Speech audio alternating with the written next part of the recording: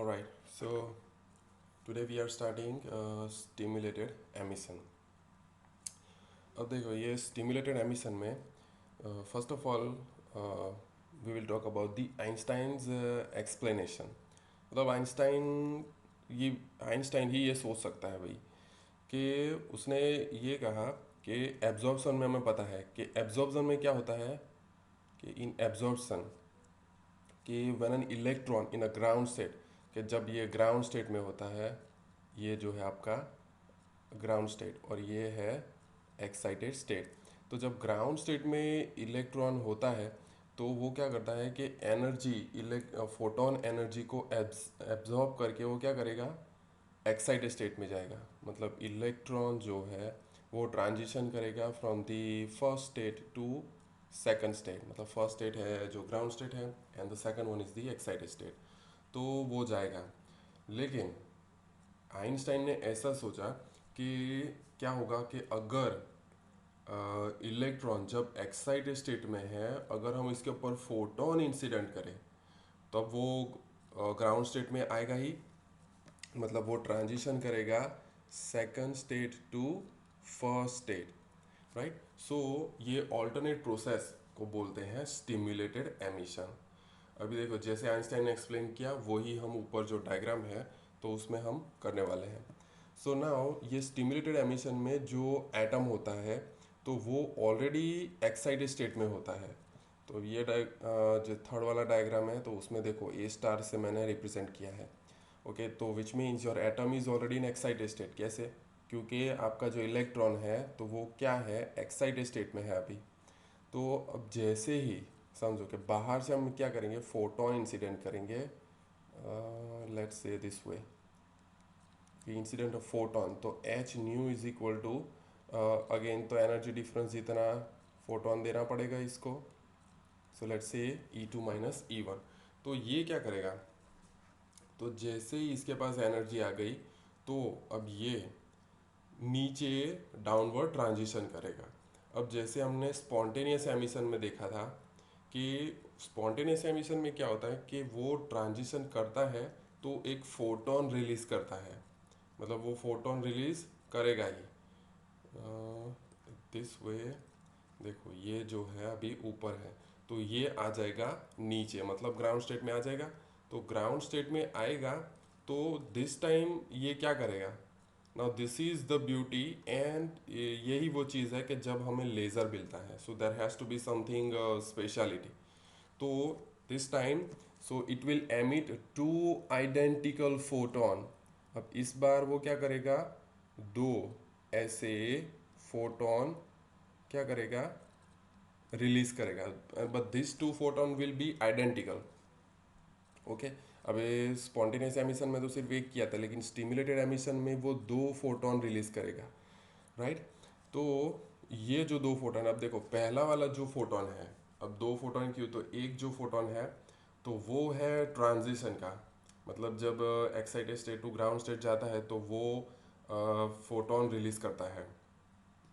Okay, so that is the first one. And the second one is the, उसने जब energy absorb की थी ऊपर, जब हमने इंसिडेंट किया था E2 - E1 energy H new, तो उसका जो है फोटोन है तो वो दो आइडेंटिकल फोटोन रिलीज करेगा. सो नाउ अब ये प्रोसेस जो है तो यहाँ पे देखो जैसे ही मैं यहाँ पे एक फोटोन यहाँ पे ऐसे इंसिडेंट करूँगा एक्साइटेड स्टेट में लाइक दिस. तो देखो अभी ये मैंने जो डायग्राम है सिर्फ एक एटम के लिए इंडिकेट किया, लेकिन यहाँ पे मेरे पास दो एटम है. देखो दोनों एक्साइटेड स्टेट में है तो एक जाए, ये क्या करेगा, दो फोटोन ऐसे रिलीज करेगा लाइक दिस दिस. और जो नीचे वाला है तो ये भी क्या करेगा कि दो फोटोन रिलीज करेगा बिकॉज यहाँ पे हो रहा है स्टिमुलेटेड एमिशन. ओके, अब इसको एक इक्वेशन में रिप्रेजेंट करते हैं. सो देखो अभी एक्साइटेड स्टेट में एटम है सो that is already in excited state, so A star. Now plus हम बाहर से फोटोन इंसिडेंट कर रहे हैं सो दैट इज एच न्यू. अब एच न्यू, नाउ उसने क्या किया कि ग्राउंड स्टेट में आ गया विच मीन्स कि atom is in ground state. Plus अब फोटोन कितने रिलीज किए, 2 फोटोन रिलीज किए, सो this is 2h new, so this is nothing but h new. तो ये 2 फोटोन रिलीज करता है ना। अब ये जो है प्रोसेस हो रहा है, तो इसका हम रेट ऑफ एमिशन कितना होगा तो वो हमें कैलकुलेट करना है। So there is the formula, so let's say R and ST, so that is nothing but the stimulated emission. Now ये जो stimulated emission है, so this stimulated emission will be proportional to N2. N2, अब N2 क्या है, number of electrons in the excited state N2, एंड हम बाहर से इंसिडेंट कर रहे हैं एनर्जी डेंसिटी मतलब फोटोन इंसिडेंट कर रहे हैं, so here we have to introduce energy density, so that is nothing but rho nu. Now अब ये जो है R S T, so that is the rate of stimulated emission. अब proportionality निकाल देंगे तो we have to introduce one constant, और वो जो कांस्टेंट है उसको बोलेंगे B21, so this is N2 into rho new. अब सो दिस इज इट, तो इससे हमें रेट ऑफ एमिशन पता चलेगा कि एमिशन का रेट कितना है, how many electrons are jumping from the excited state to ground state. अब ये जो B21 है, so this is nothing but Einstein's coefficient, Einstein's coefficient efficient for stimulated emission. अब यहाँ पे now here we wanted to calculate the probability, here now see, so the probability of the spontaneous transition P21, why P21, सी 2-1 का मतलब क्या है कि excited state to ground state आ रहा है, मतलब 2 से 1 ट्रांजिशन कर रहा है इसलिए। तो अगर प्रोबेबिलिटी कैलकुलेट करना है, so B21, so probability of the transition is equal to the B21 into this is rho new.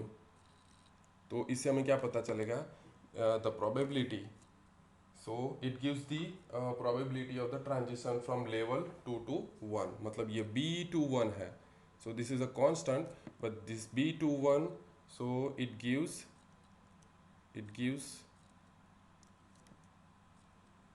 the probability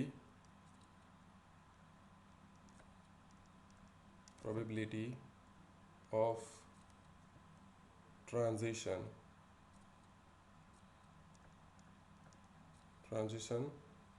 from level 2 to 1. So this is it for the stimulated emission. Now let's see the characteristics of stimulated emission. Now the first one is that the stimulated emission process can be controlled from outside. Okay, how?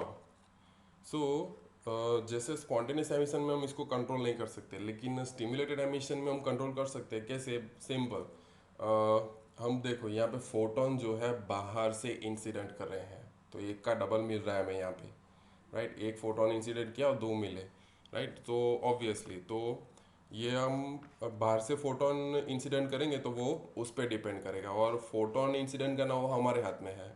So obviously this process is controllable from outside. Now the second is the photon induced in this process propagates in the same direction as that of the stimulating photon. मतलब कि ये जो photon जो है propagates in the same direction, तो ये दोनों photon जो है तो दोनों की डायरेक्शन सेम होंगी, वो रैंडम नहीं होंगे स्पॉन्टेनियस एमिशन की तरह, ओके, और दोनों की सेम डायरेक्शन होगी।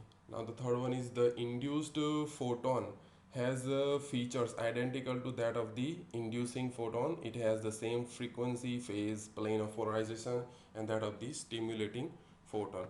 मतलब कि ये जो फोटोन है तो दोनों कैसे होंगे, लाइक ट्विंस समझो, तो ट्विंस की तरह ही होंगे, दोनों का phase in terms of wave, तो दोनों का phase, plane of polarisation, frequency, everything will be same, मतलब दोनों ट्विन्स ही है, ऐसा समझो. Okay, so that point. And the fourth one is the multiplication of the photons. Now this is the thing that makes laser. अब कैसे multiplication कैसे होता है देखो. हमारे पास एक एटम है, इसको एक छोटे से डायग्राम से समझते हैं. There is a good diagram in your book, so just watch it. अब देखो एक जो है ए स्टार, सो इसको अगर मैंने एक फोटोन यहाँ पे ऐसे इंसिडेंट किया तो एक का डबल मिलेगा हमें. अब ये तो एक जो है तो इसका हमें डबल मिलेगा, मतलब एक जो फोटोन है ये वाला ऐसे और दूसरा वाला है ऐसे, मतलब दो फोटोन रिलीज करेगा इन शॉर्ट. तो अब ये दो फोटोन आगे वाले दो एक्साइटेड एटम पे फॉल होंगे और अगेन ये दो एक्साइटेड एटम है तो वो फिर से दो फोटोन रिलीज करेंगे ऐसे दिस. अब ये जो एक्साइटेड है तो ये फिर से दो फोटोन रिलीज करेगा. अब ऐसे ये जो चेन रिएक्शन है वो होता ही जाएगा आगे, मतलब जो आपका गैस होगा, ओके, तो वहाँ पे एक से ज़्यादा फोटोन होंगे एंड वहाँ पे एक से ज़्यादा क्या होंगे, एक्साइटेड एटम होंगे, तो वो फोटोन रिलीज करते ही रहेंगे. So all the time your photons will be multiply all the time, मतलब एक के डबल डबल होते ही जाएंगे, राइट, दो का चार और ऐसे होते ही जाएंगे. So this is multiplication of photons. Now the fifth one is the light amplification. All the waves are in phase, thus the wave are coherent and interfere constructively. मतलब अब ये जो है इंटरफियरेंस वाले यूनिट में हमने समझा था, राइट, कि अगर टू वेव्स जो है वो है आइडेंटिकल है, दोनों का सेम फेज है, पार्ट डिफरेंस सब कुछ सेम है, ओके, तो वो अगर एक दूसरे के साथ इंटरफियर होंगे तो क्या होगा, तो वो दोनों का होगा कंस्ट्रक्टिव इंटरफियरेंस. लेकिन यहाँ पे लाइट एम्पलीफिकेशन क्या है. अब देखो इसको ऐसे समझते हैं कि if we are assuming that we have four photon ऐसे. अब देखो ये जो है ये चारों फोटोन जो है एक दूसरे के साथ इन फेज है, okay.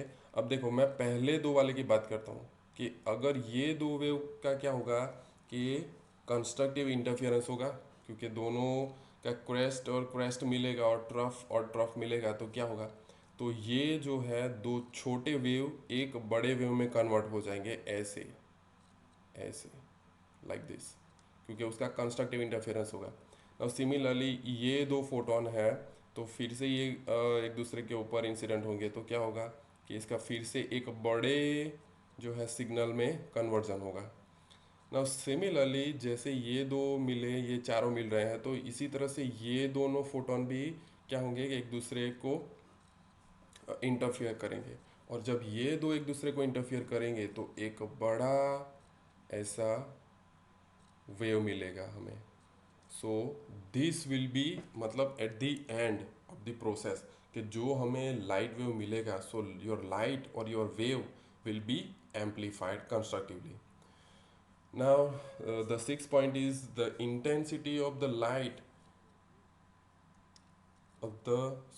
the intensity of light will be proportional to the square of the natural number of atoms radiating light. मतलब wanted to calculate the total intensity, but this time this n is the number of atoms, so that is let's say square, so that is the n square into I.